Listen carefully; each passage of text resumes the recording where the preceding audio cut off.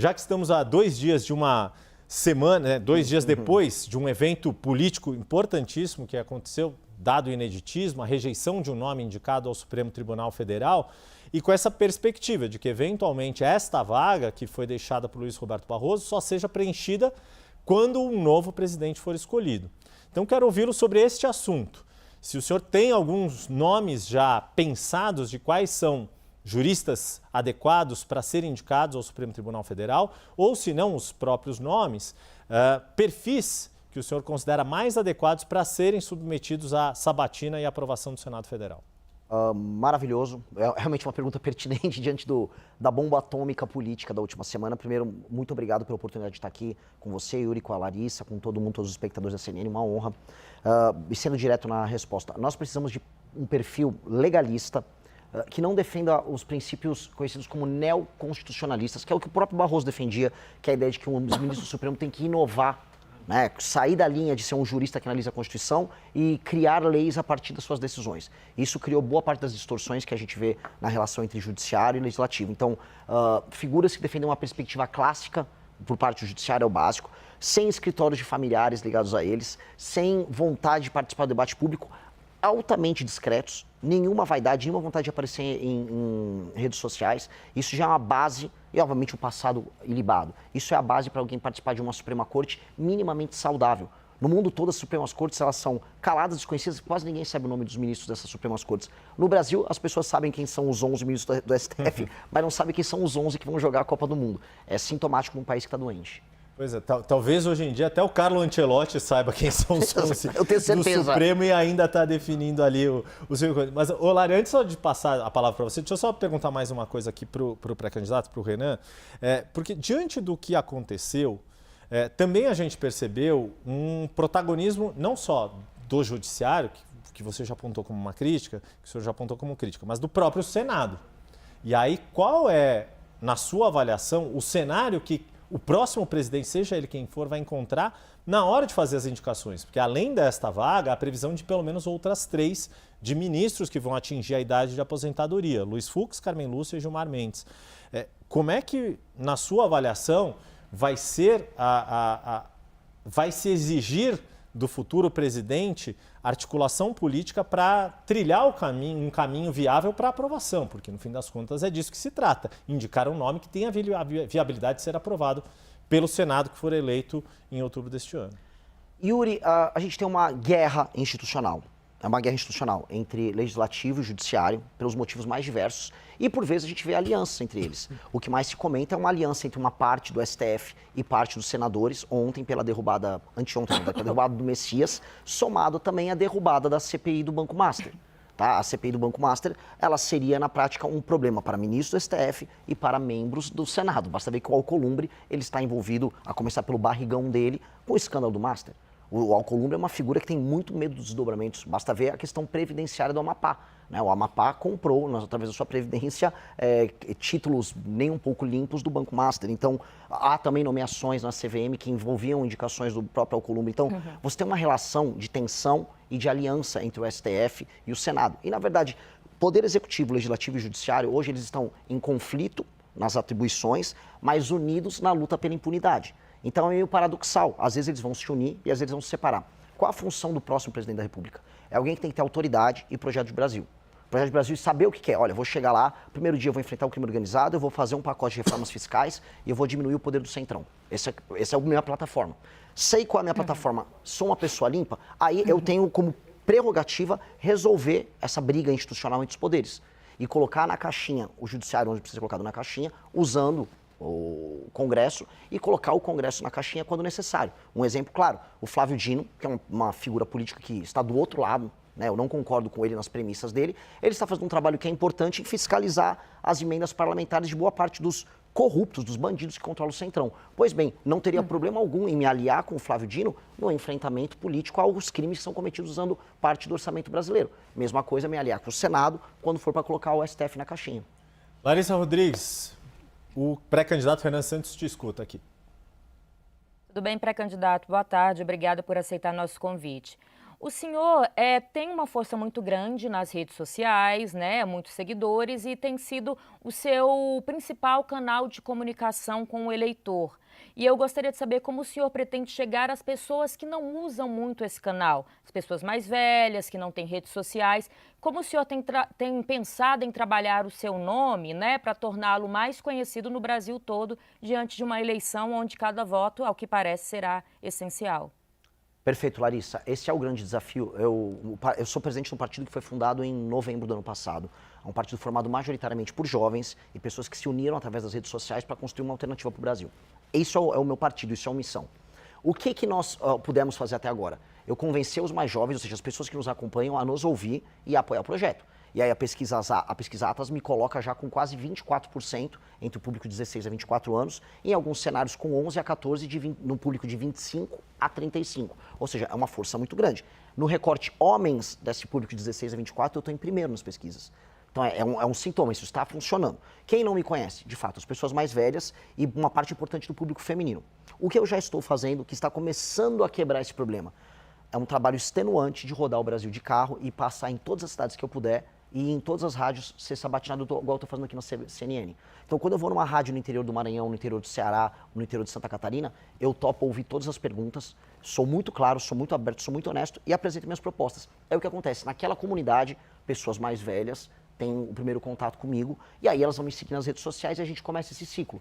Então, eu sou muito confiante em ser escrutinado e sabatinado pela imprensa e não importa se a imprensa é um veículo grande nacional como a CNN, como um veículo pequeno numa cidade do interior do Maranhão. Eu acho que respeitar esse papel da imprensa vai fazer com que eu seja conhecido pelos mais velhos e aí eu vou aos poucos quebrando essa barreira. A única coisa que me breca um pouco é eu não sou rico, não tenho o jatinho que os meus concorrentes têm, eu tenho que fazer isso de carro. Então eu furei pneu no Maranhão, é uma aventura meio que um rally, conhecer o interior do Brasil. E aí eu não tenho a mesma velocidade, eu poderia estar alcançando isso se eu tivesse dinheiro há 1, 2 meses atrás, os números que eu bati na Atlas, né? Não sei se o senhor já fez essa contabilidade. Quantos estados já deu para visitar por essa logística? Uns 8, 9. Mas quando eu visito, visitar, por exemplo, Santa Catarina, o Flávio Bolsonaro vai visitar só Florianópolis. Eu rodei de Chapecó a Tubarão e foi só metade de Santa Catarina, eu fiz tudo de carro. Então, Maranhão fiz ele inteiro, né, o estado todo de carro. Eu gasto uma semana inteira visitando o estado. A questão da Larissa e a sua resposta me chama a atenção, ou me faz aqui colocar uma outra questão que eu queria ouvi-lo. Como o senhor disse, o Missão é o partido mais novo, mais jovem fundado do Brasil, embora o MBL tenha uma trajetória já de mais de uma década, né? O momento em que o MBL surgiu e se tornou nacionalmente conhecido foi ali no processo de impeachment da então presidente Dilma Rousseff. Tiveram um papel crucial, inclusive com articulação, na época, com o então presidente da Câmara, Eduardo Cunha, que era quem tinha que assinar a abertura do processo, etc. A fundação do partido, ela era essencial para ter uma candidatura como a sua, ou queria entender o que são as semelhanças e diferenças da atuação do MBL com Missão. É claro que a questão ideológica, né, isso é igual, mas o que muda numa atuação de um movimento social, de redes sociais, como o senhor já explicou, e passa a ser no CNPJ partido? Tem uma série de outras questões, obrigações, deveres. E quais são os objetivos do Missão? É crescer igual os demais partidos, no sentido de poder ter acesso a fundo partidário, tempo de campanha na televisão, ter essa participação institucionalizada como os demais partidos? Yuri, eu vou responder usando o exemplo disso aqui que está na nossa mão celular. O público da CNN é um público qualificado, tá? Então há muitos empresários que vão entender. A Apple, que é o exemplo que eu coloquei aqui, ela sempre trabalhou a ideia de fazer o software e o hardware.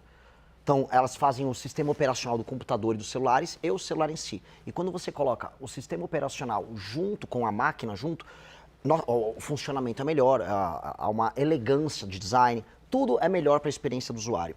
Do ponto de vista político, eu tenho que juntar as ideias, então eu criei a segunda maior revista de política e cultura do Brasil, que é a Valete, um aplicativo, uma rede social própria para criar novas ideias.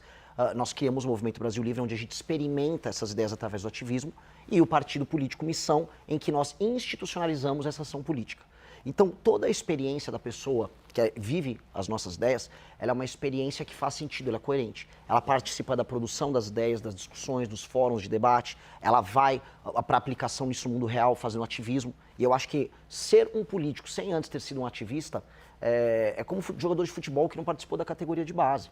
Você tem que aprender a protestar na sua cidade, pressionar um vereador no teu município. Se você não fez isso, você vai ser um político incompleto.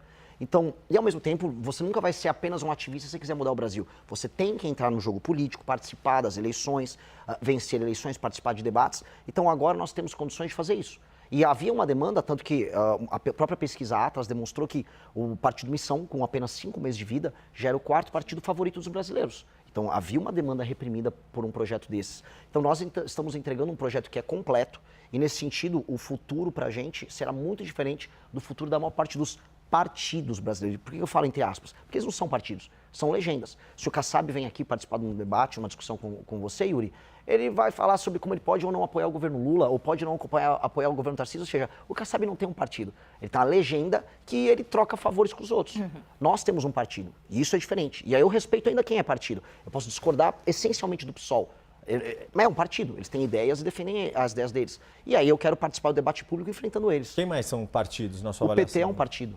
O PT é um partido de verdade, é um partido corrupto, é um partido com práticas criminosas ao longo da história dele, mas ele é um partido, ele defende teses, defende ideias, é oposição aos adversários dele. Agora, eu falar que MDB, PSD, PL, PP, União Brasil são partidos, isso é piada. Tanto que no Maranhão eu visitei cidades que eram administradas por todos eles e todos faziam campanha por Lula. Entendeu? Então qual o sentido disso? Não tem sentido. Lari? Pré-candidato, a gente estava aqui, abrimos, né, as nossas perguntas sobre as pautas do dia a dia. Eu queria voltar um pouquinho nesse assunto. Principalmente a pauta que deve dominar os próximos dias, até as eleições, que tem sido uma bandeira do Palácio do Planalto, ali dentro do Congresso Nacional também, que é o fim da escala 6x1. Eu gostaria de saber qual a opinião do senhor, né, enquanto pré-candidato, se tem partes que lhe agrada ou não, e como tem sido aconselhado também os deputados e senadores, não necessariamente do partido, que é um partido novo, mas que, né, do antigo MBL, que andam junto com o senhor nessa esfera política, digamos assim. Eu não fujo de perguntas dessa, e eu digo isso porque eu fico vendo o meu concorrente no campo da direita, o Flávio Bolsonaro, avisar que ele não tem nenhuma posição sobre nada em termos econômicos, né? E lógico, ele tem medo de perder voto e isso trai o eleitor dele. O Flávio Bolsonaro não tem coragem de falar sobre isso. Nós somos contra essa alteração à lei e eu aviso para o trabalhador que está assistindo essa entrevista, você está sendo enganado. A discussão não é se você vai trabalhar mais ou menos recebendo o mesmo dinheiro. A discussão é se vai passar um projeto e aí você não terá mais o seu emprego. É basicamente isso. Porque nós já temos um país que está fora das cadeias globais de produção. Ou seja, as empresas brasileiras estão sendo tiradas dos processos internacionais de fazer um carro, de fazer um equipamento para um celular. A gente está ficando isolado e estamos primarizando a economia. Ou seja, a gente está vendendo soja, minério de ferro. Nós estamos ficando um país com empregos que pagam menos. Em vez de a gente gerar mais produtividade e capacidade de competir com o mundo, nós diminuímos isso. Então, nossos juros é super alto, a gente cobra um monte de imposto e a gente ilude o trabalhador. Olha, você pode trabalhar menos e ganhar a mesma coisa. Eu vou avisar o trabalhador. É mentira. É mentira. Estão te enganando, estão te enrolando. O Lula está fazendo isso. Igual ele falou que a taxa da blusinha não ia aumentar o preço das mercadorias, só para ele ganhar o voto, te iludindo na eleição e vencer a eleição. E a direita, que deveria ser corajosa, fazer oposição, não tem coragem de enfrentar. Aí, muito provavelmente, eles vão votar favorável. Ainda vão avisar assim, olha, não caímos no truque do PT. Só que milhões de pessoas podem perder emprego, empresas brasileiras podem perder competitividade, o empresário brasileiro perde força, mas em compensação a direita não caiu no truque da esquerda. Eu não consigo acreditar nisso. Eu não consigo acreditar numa política que não seja, assim, brutalmente honesta e sincera. Então eu posso perder votos com o que eu estou falando aqui, mas eu prefiro perder o voto, falando a verdade, do que ganhar o voto e depois eu ter que fingir que eu meti o louco no período eleitoral. Eu não acredito nisso. Gostou do vídeo? Para mais vídeos como este, inscreva-se no canal Glorioso Futuro. Não se esqueça de deixar o like e comente abaixo o que achou. Te vejo no próximo vídeo.